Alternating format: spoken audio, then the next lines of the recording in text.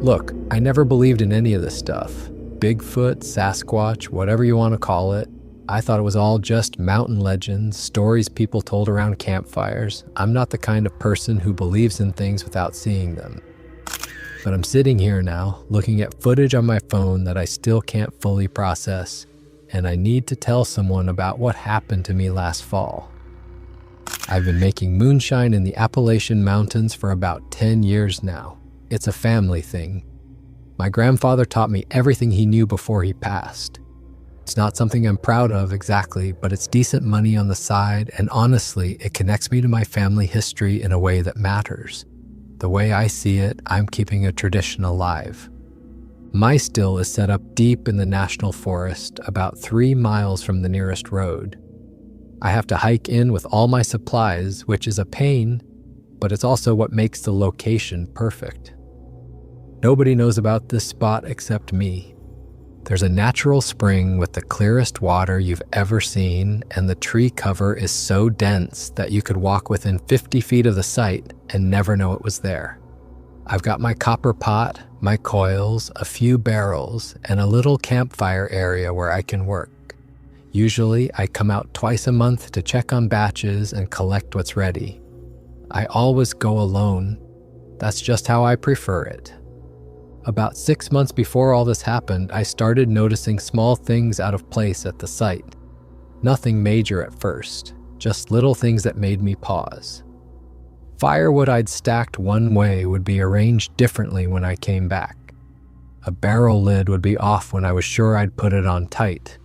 At first, I figured maybe I was just forgetting how I'd left things. You know how your memory can play tricks on you. But then supplies started going missing. Not the expensive stuff, not the copper or anything valuable, just odd items, a rag here, an empty jar there. That's when I started to worry that maybe someone had found my spot. Either another moonshiner was scouting to take over my location, or worse, law enforcement was onto me and watching. Either way, I needed to know what was going on. So I bought one of those cheap trail cameras, the kind hunters use. Nothing fancy, just a basic motion-activated model with night vision. I mounted it on a tree facing the still, figuring I'd catch whoever was snooping around. I checked it every couple weeks when I came out, and mostly it was just the usual forest stuff. Deer, raccoons, the occasional bear. Nothing unusual. Then things started getting weirder. The disturbances at the site became more frequent and more obvious. I'd come out and find the firewood not just rearranged, but stacked in completely different patterns than I'd ever use. Barrels would be moved several feet from where I'd left them, which is no small feat since they're heavy. The camera kept triggering, but half the time when I reviewed the footage, there was nothing clear in frame, just movement in the background, shadows passing by too quickly to identify.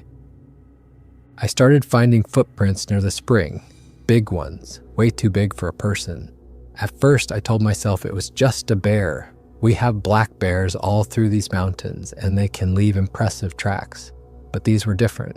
They were shaped wrong for a bear, and they were enormous, bigger than any bear print I'd ever seen.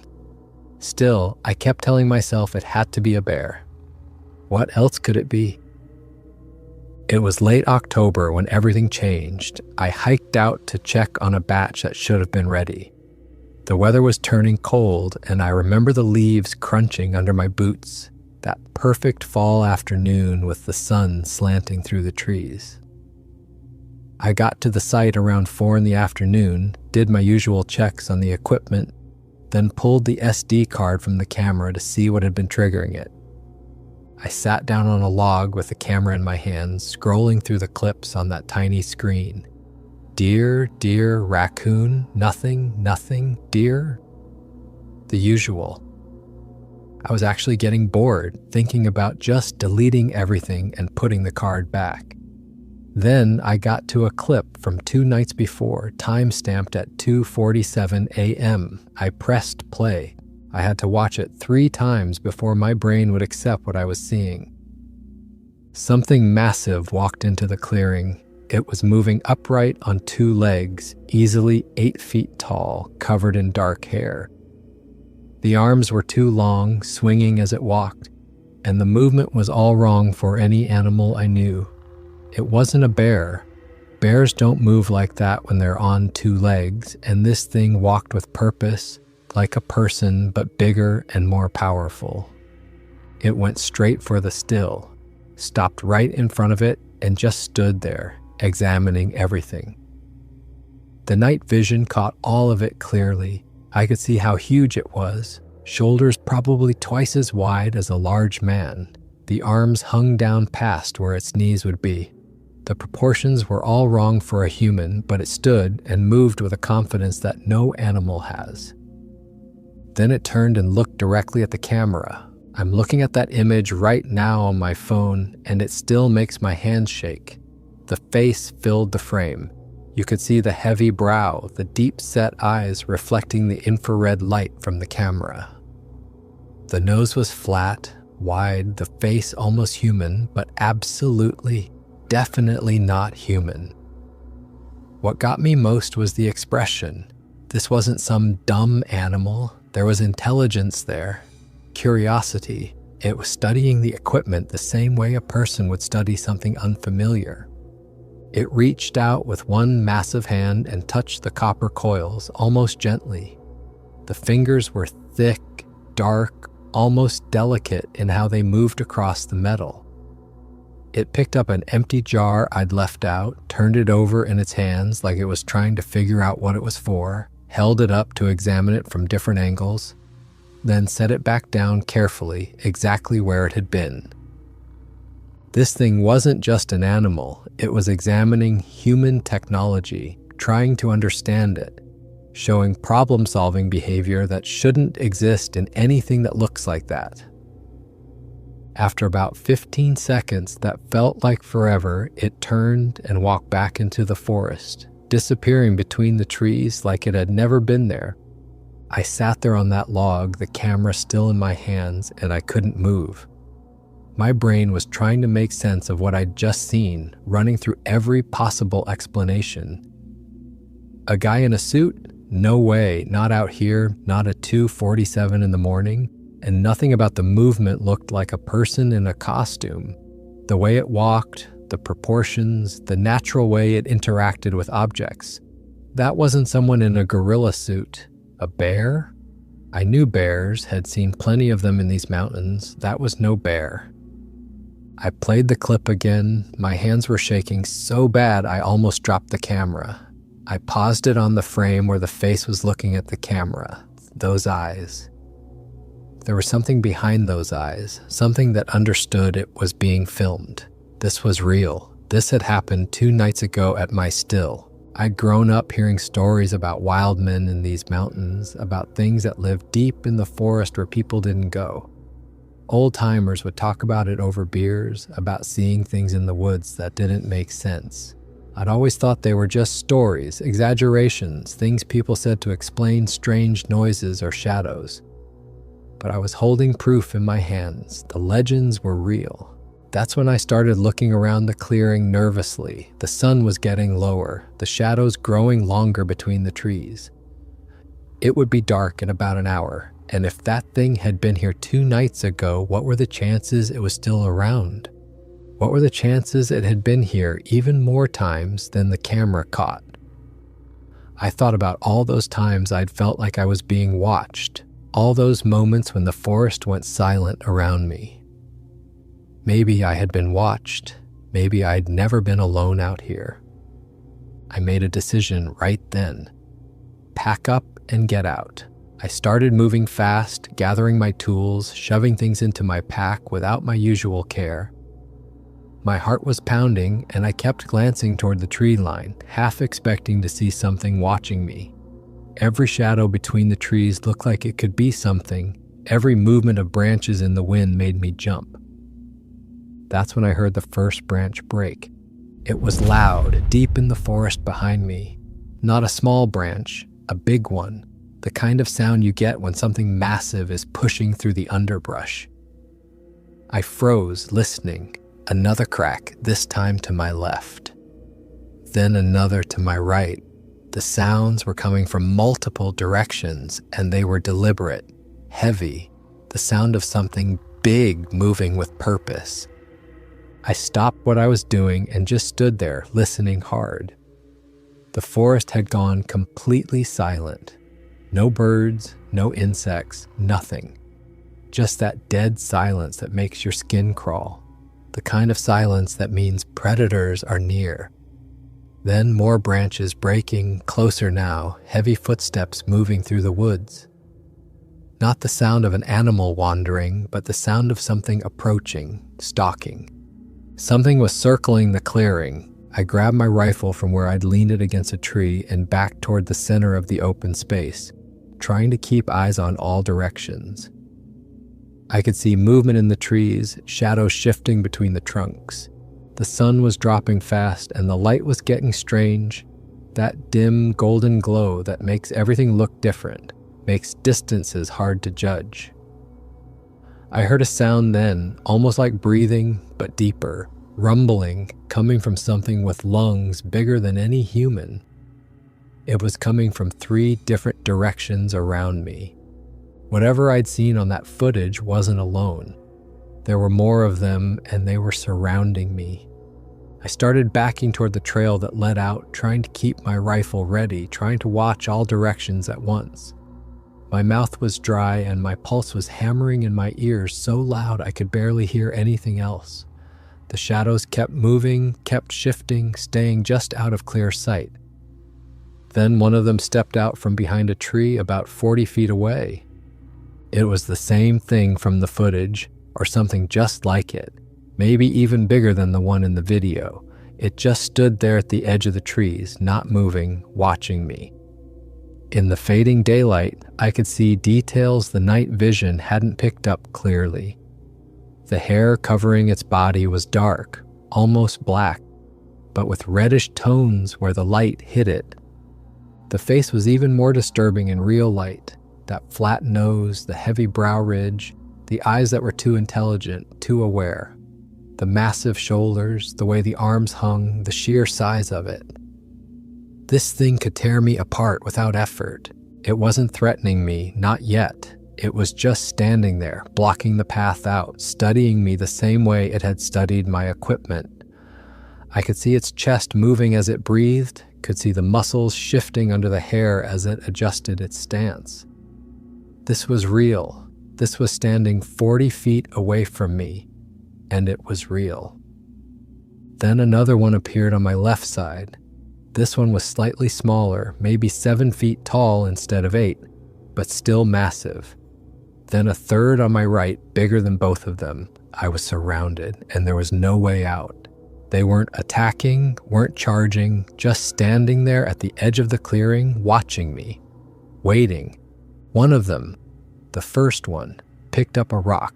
It was the size of a softball, and it picked it up without even looking down, like it knew exactly where it was. It threw the rock, and the rock landed about 10 feet in front of me, hitting hard enough to kick up dirt and dead leaves.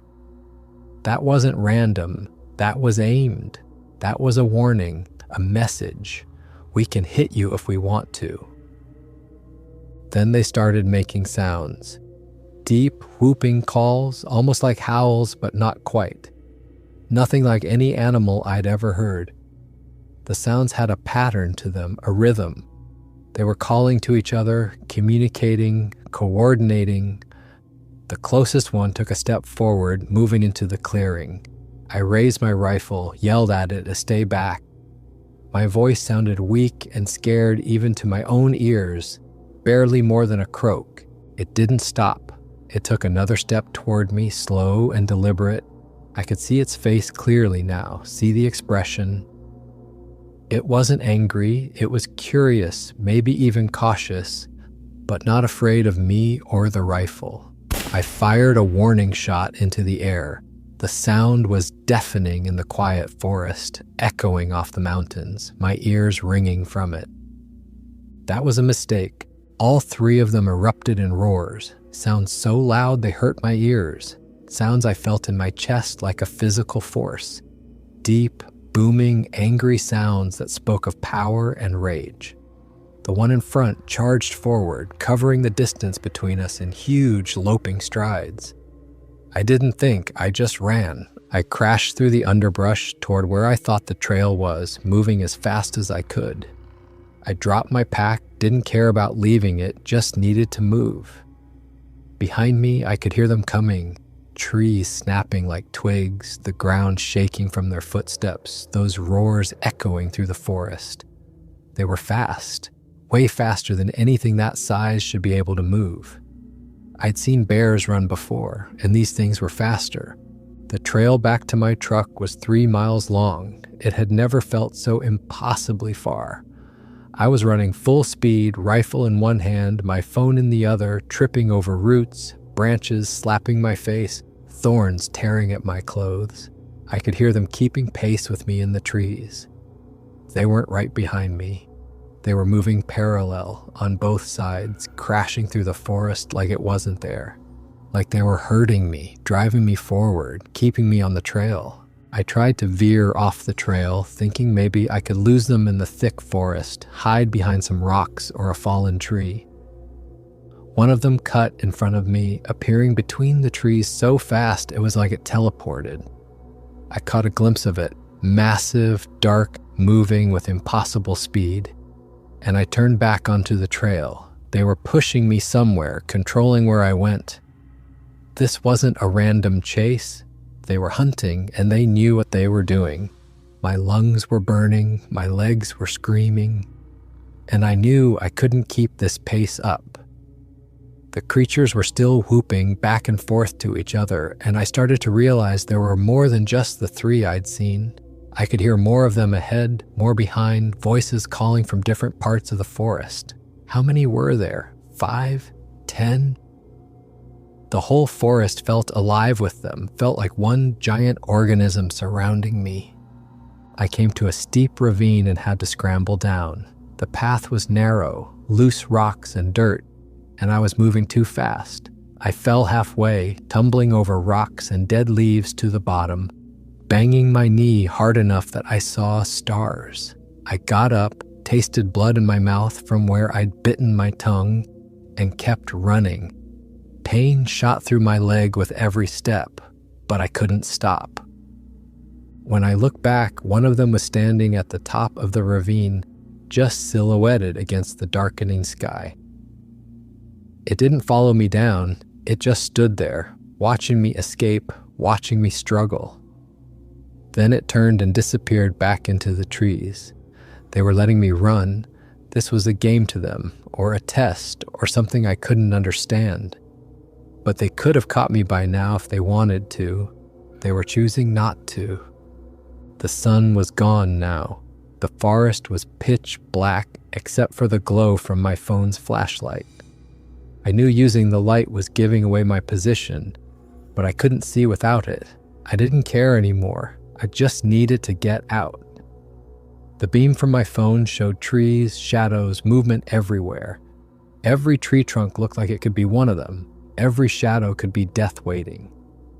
Something grabbed a branch ahead of me and shook it violently, the whole tree swaying back and forth. I changed direction, ran the other way. Another tree shook, blocking that path. Then another behind me. They were playing with me now, tormenting me, showing me they were in control. This wasn't a chase anymore. This was a hunt, and they were apex predators playing with their food. I came to a small clearing and stopped to catch my breath. It was a mistake. My lungs were heaving, my legs were shaking, and I bent over, trying not to throw up. That's when I heard the footsteps. Heavy, deliberate footsteps coming from multiple directions. 3 of them emerged from different sides of the clearing, moving slowly now, taking their time. The biggest one, it had to be 9 feet tall at least, stepped forward. It was the same one from my footage. I could tell by the face, even in the dim light from my phone. That same heavy brow, those same intelligent eyes. But now they were fixed on me with an intensity that made my blood run cold. I backed up against a large rock. There was nowhere left to run. The clearing was maybe 30 feet across, and they were covering all the exits. I raised the rifle with shaking hands, aimed at the closest one. It didn't even flinch. It just kept walking toward me, steady and slow, like my rifle was a toy it didn't need to worry about. I fired at the ground right in front of it, kicking up dirt at its feet. The gunshot echoed through the forest, but it didn't even break stride. It stopped about 10 feet away, tilted its head, studying me. We locked eyes for what felt like an eternity. I could see intelligence there, calculation. It was thinking, deciding what to do with me.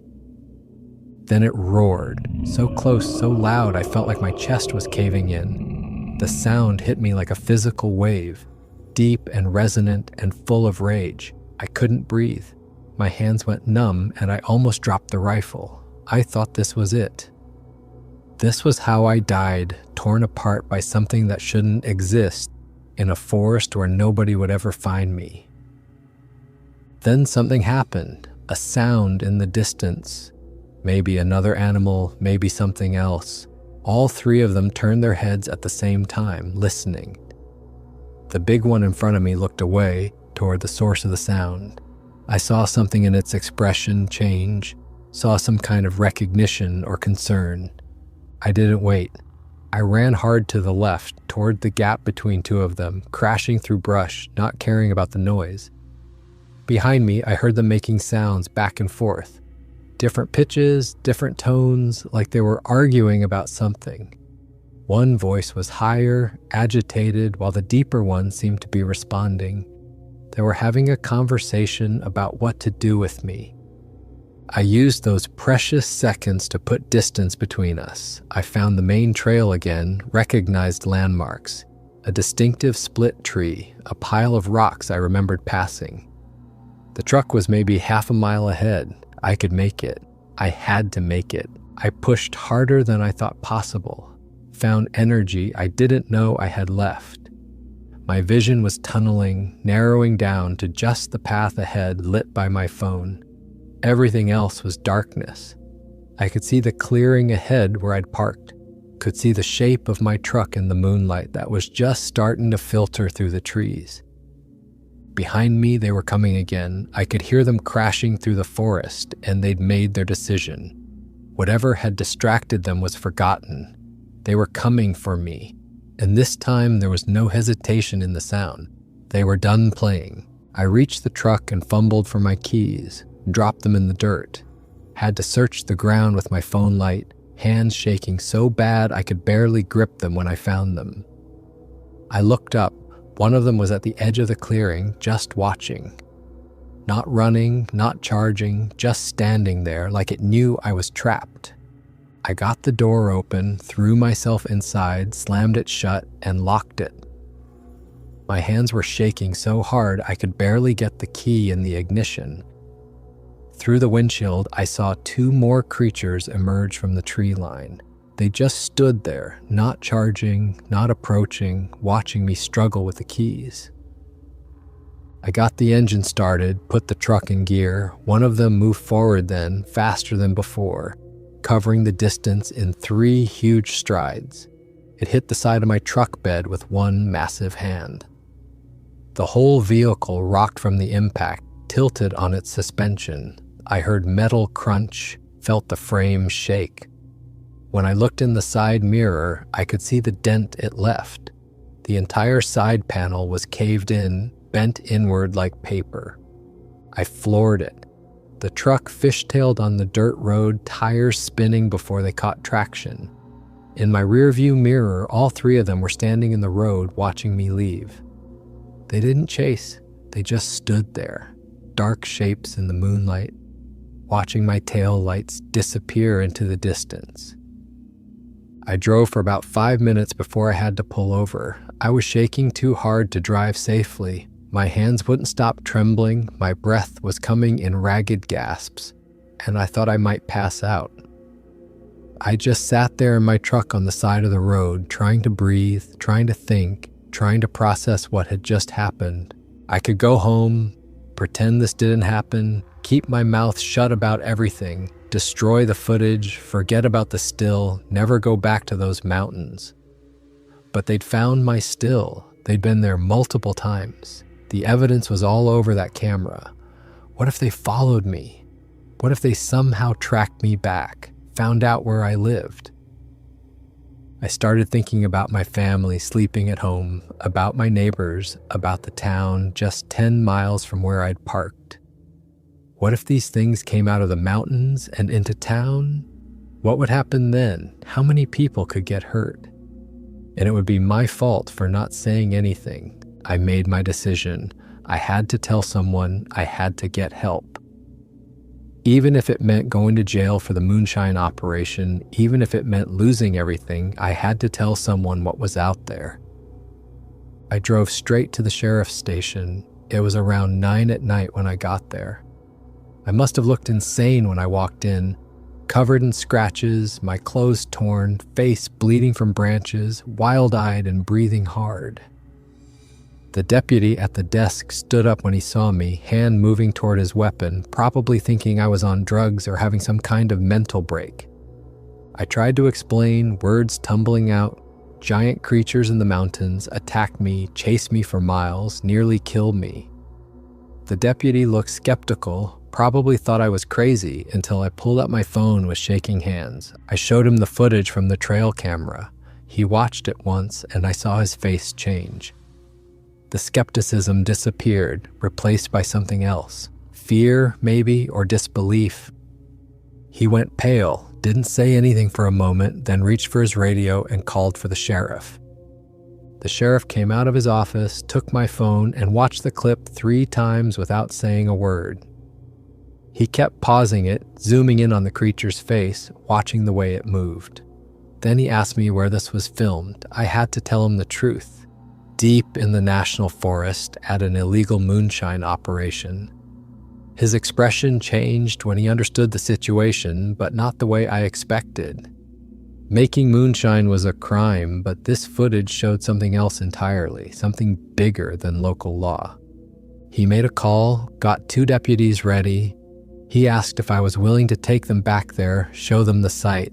I agreed immediately. I didn't care about the consequences anymore. I just wanted this documented. I wanted help. I wanted someone else to see what I'd seen, to know I wasn't crazy. While we waited for the deputies to gear up, I had to give a statement. I admitted to everything. The moonshine operation, how long I've been running it, the exact location. I mentioned there was equipment at my house too, supplies and barrels stored in my garage. I expected to be arrested right then and there, handcuffed and processed. But the sheriff just wrote it all down and said they'd deal with that later. Right now, he said, they had bigger concerns. If there were creatures that big and that aggressive in those mountains, people needed to know about it, especially if they were territorial, if they were hunting. The footage was evidence of something unprecedented, something that could change everything. The 2 deputies geared up, rifles, high-powered flashlights, radios. The sheriff decided to come too, brought his own rifle and a shotgun. All 4 of us watched the footage again on the big monitor in the sheriff's office. One deputy asked if it could be a hoax, someone in a suit. I showed them the other clips on the camera. The size of the thing, the way it moved, the intelligence in how it examined the equipment. I explained the chase, the coordination between multiple creatures, the sounds they made, how many there seemed to be. The sheriff's face was grim. He said we'd go in, document the site, look for evidence. If we found tracks or signs of these creatures, he'd call in state police, maybe even federal authorities, maybe the Forest Service, wildlife experts, anyone who could make sense of this. We drove back in 2 vehicles, my truck and the sheriff's SUV. We got to the trailhead around 10:30. It was pitch black. Even with high-powered flashlights, the forest felt oppressive, threatening. The deputies looked nervous despite being armed, despite being trained law enforcement. Something about that forest at night just felt wrong. We started hiking in, much slower than my earlier escape. Every sound made everyone jump. A branch falling made one deputy spin around, rifle raised. An owl hooting in the distance made us all stop and listen. The forest felt different than it had in daylight. Heavy, threatening, alive with unseen things. Nothing was making normal noise. No owls except that one distant one. No insects, no small animals rustling in the leaves. Just dead silence except for our footsteps.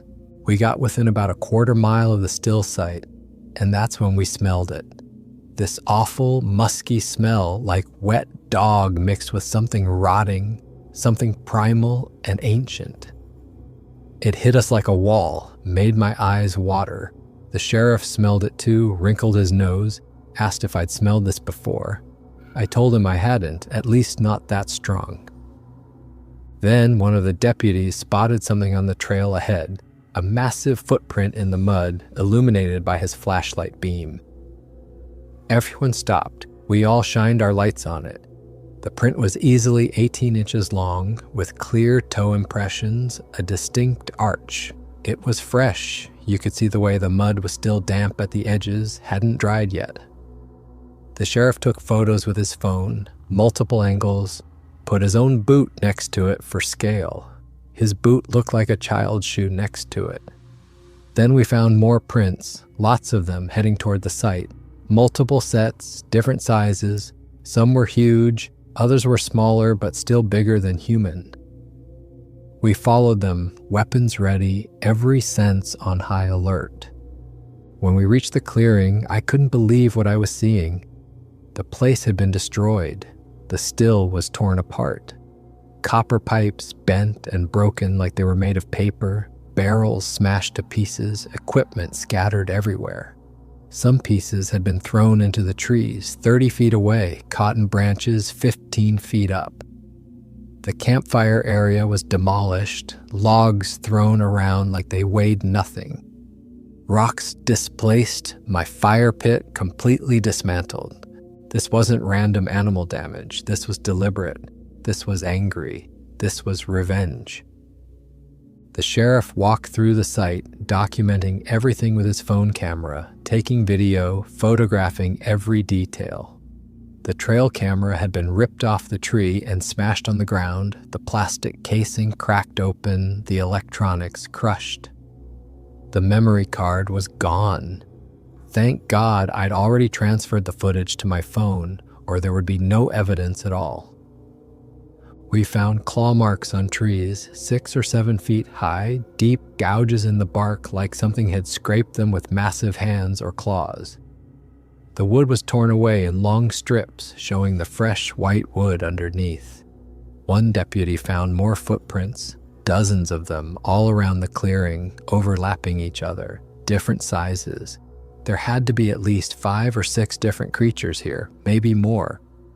That smell was getting stronger. It was coming from the tree line on the north side of the clearing, the same direction I'd heard them circling from earlier. The sheriff aimed his flashlight in that direction. We couldn't see anything, just dark forest, trees fading into shadows. But we all felt it. Something was watching us. The hair on the back of my neck was standing up, every instinct screaming at me to leave. One of the deputies whispered that we should leave, his voice tight with fear. The sheriff agreed. He said we'd gotten what we needed, we had photos, we had documentation. We started backing toward the trail, keeping our lights on the tree line, weapons ready. Nobody wanted to turn their back on that darkness. We were about to leave the clearing when we heard it. A single deep howl from somewhere close, maybe 50 feet away. So loud it echoed off the mountains, made my bones vibrate, resonated in my chest. We all froze, nobody breathing. The howl was answered by another from a different direction, then another, then another. They were surrounding us again, just like before. They'd waited for us to come back. The sheriff said quietly not to run, just walk steadily toward the trail. We moved as a group in a tight formation, weapons ready, trying not to panic. We could hear branches breaking behind us, heavy footsteps in the forest keeping pace with us. We kept seeing shadows moving between the trees, catching glimpses of massive shapes just beyond the reach of our flashlights, shapes that moved wrong, too big, too fast. One deputy swung his flashlight to the right, and we all saw it. Something big, covered in dark hair, moving behind a tree maybe 20 feet away. It was gone before anyone could get a clear look, melting back into the darkness. But we all saw enough. No one was skeptical anymore. No one was making jokes about guys in suits. We were about halfway back to the trucks when something crossed the trail behind us, maybe 30 feet back. It moved from one side to the other in 2 huge steps, a dark shape that had to duck low to move under tree branches. We all saw it, all froze. The thing was enormous, had to be 8 or 9 feet tall, shoulders so wide it barely fit between the trees. The sheriff raised his rifle, but the creature just stopped at the tree line. It stood there, barely visible in the edge of our flashlight beams, just watching us. The sheriff lowered his rifle slowly. We kept walking backward, not turning away from it, not running. It didn't follow. It just stood there, watching us leave, making sure we were going. The message was clear: leave and don't come back. We made it back to the trucks without anything else happening. But the whole way, we felt eyes on us. We heard movement in the trees the entire time, parallel to our path, keeping pace. Whatever they were, they followed us, observed us, escorted us out of their territory. They made sure we left. No one said a word until we were back on the main road. Then the sheriff pulled over, and we all just sat there for a minute, trying to process what we'd just seen. One deputy's hands were shaking. The other one looked pale, sick. The sheriff just stared straight ahead, jaw clenched. We got back to the sheriff's station around 1 a.m. The sheriff made coffee, and we all sat in his office. He reviewed the photos he'd taken, the footprints, the destroyed equipment, the claw marks. We watched my footage again on my phone, but now it had a different weight to it. We'd seen where it happened. We'd felt the presence of those things. We'd been hunted by them. One deputy asked what they were going to do with all this. The sheriff said he had to report it to state authorities. This was beyond local law enforcement. If there were creatures that large and that aggressive in the national forest, it was a federal matter. It was a public safety issue. He called the state police, got transferred several times, finally reached someone in wildlife management. He explained the situation as calmly as he could, tried to sound professional and credible, sent them the footage from my phone and photos from his phone. The official response was skeptical at best. They asked if we'd been drinking, if this was some kind of prank. The sheriff insisted they'd seen the footprints, the destroyed site, all the evidence. 4 law enforcement officers had witnessed it. The official said they'd look into it, but sounded completely dismissive, like he was humoring a crazy person. The sheriff hung up, frustrated and angry. He looked at me and said he believed me, even if no one else would. The deputies nodded in agreement. We'd all seen it. We all knew what was out there now. Then came the uncomfortable part. The sheriff had to address the Moonshine operation. Technically, he should arrest me right there. But given the circumstances, the cooperation, the danger we'd all just faced, and the fact that I'd come forward on my own, he gave me a choice. I could dismantle everything I had at home, stop the operation permanently, and we'd call it even. Or I could face charges, go through the whole legal process. It was an easy choice. I agreed immediately. I never wanted to make moonshine again anyway. Not after what happened in those mountains, not after knowing what was out there. The money wasn't worth it. Nothing was worth going back into that forest. State police did eventually send someone out. They checked the site about a week later with the sheriff. By then, most of the evidence was gone. Rain had washed away the footprints, turned them into muddy puddles with no clear shape. The destroyed equipment was still there, but it could be explained away as bear activity or vandalism by other moonshiners. The officer's report called it inconclusive. Possible bear activity, possible human vandalism. The footage was mentioned but not seriously considered, dismissed as potentially faked despite coming from a law enforcement source. The case was filed and forgotten. The official stance was there was no evidence of unknown creatures, just another moonshiner with a wild story and some camera footage that could have been staged. For weeks after all this, I couldn't sleep. Every night I worried they'd come. I'd lie awake listening to every sound outside, every branch brushing against the house, every creak and groan. I imagined them showing up at my house, breaking in, finishing what they'd started in the forest.